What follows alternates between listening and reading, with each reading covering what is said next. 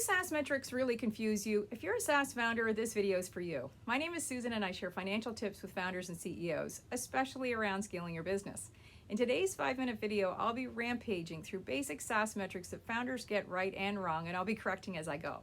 For context, SaaS is still kind of new, and frankly, traditional financial statements don't work very well for reporting the financial nuances of this subscription business model. So investors instead turn to these SaaS metrics to assess the financial performance. But unlike financial statements, SaaS metrics are not regulated by the accounting industry, and therefore they're not formally defined. You can find lots of guidance simply by Googling, but be careful as a lot of it is authored by content marketers, not accountants, so there's plenty of misstatements. So today I'm going to give you a rapid rundown of metrics that you really need to know. For simplicity, I'm focusing on B2B enterprise SaaS here, not B2C. Okay, let's get started. MRR, this is your monthly recurring revenue. And the common issue I see here is that it's sometimes overstated. All revenue is not recurring revenue, and you must filter accordingly. You don't want to find out in due diligence that you've been overstating MRR, because it's a key economic unit in a lot of other SaaS metrics. Like these metrics all interrelate. So here are 4 common overstatements I see with MRR. Number 1 is including trial periods. A trial is obviously not a recurring commitment, so track it separately.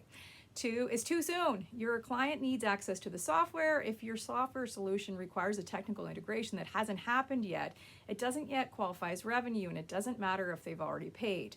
Number 3 is including one-time fees like onboarding fees or customization fees. These are NRR, non-recurring revenue, not MRR. And 4 is excluding discounts. If you had to discount your subscription in order to close the deal with your MRR really should reflect the amount you actually paid.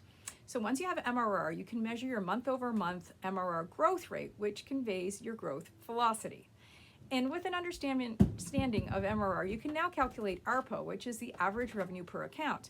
This is the ratio of MRR by customer account. Now there's a catch here too. Founders often consider free users as customers.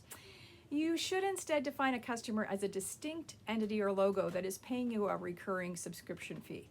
Okay, next up is churn rate. This is essentially the opposite of retention and can be expressed 2 ways. There's logo churn, which is the ratio of how many customers are leaving to the total customer count that you had at the beginning of the period. And 2 is revenue churn, which is the lost ratio of MRR to the starting MRR.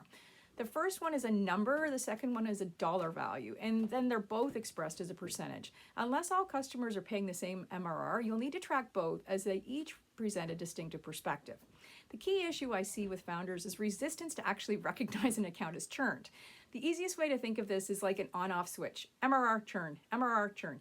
If the customer no longer meets the criteria for MRR due to an expired contract or a failed renewal, an account in arrears more than 90 days, or a bankruptcy, then it has churned. It's not limited to just unhappy clients who formally cancel their subscription. So once you've confirmed churn, you can now calculate LT, or lifetime. LT is the number of months that customers stay with you on average. So 1 divided by your monthly churn rate equals lifetime. So if your monthly churn rate's like 1%, your lifetime's 100 months. It's pretty simple math. The thing you have to decide is which churn rate best represents your average customer experience. Or perhaps you look at the 2 of them and take the average. So to recap, we've now calculated MRR, ARPA, churn, and once I cover off SaaS gross margin, you'll be ready for LTV, so stick around. SaaS gross margin percentage is your recurring revenue minus the expenses directly supporting your subscription revenue, which generally includes support and hosting. Pretty straightforward. Now you're ready for LTV. And look, don't sweat this stuff. At Number Crunch, we have a team of virtual SaaS finance experts who can parachute in and get all sorted out for you, but it's still good for you to know this stuff. Okay, LTV, lifetime value, is ARPA times gross margin percentage times lifetime. Note, if your churn rate happens to be under 1%, you want to cap it at 100 for best practices. And we have one left. It's CAC, customer acquisition cost. Simply divide your sales and marketing costs by the number of new MRR logos added during that period. I prefer new MRR logos over contract sign because not all contracts actually successfully result in paying customers. So now you can compare your LTV to your CAC, which earns you your SaaS Metrics Champion badge today. Generally, you're shooting for a 3-to-1 ratio or higher to prove that you've got a decent return on investment for your shareholders. So to recap, we've covered MRR, month-over-month growth, ARPA, logo and revenue churn, gross margin percentage, LTV, and CAC. And again, if you want any help setting up a metrics dashboard that fits your SaaS business, because frankly, everyone's like unique in some ways, just reach out and we'll give you a hand. That's it for today's video. If you found this helpful and you'd like to see more videos, don't forget to follow or subscribe, like, or comment, as it also helps us help more founders.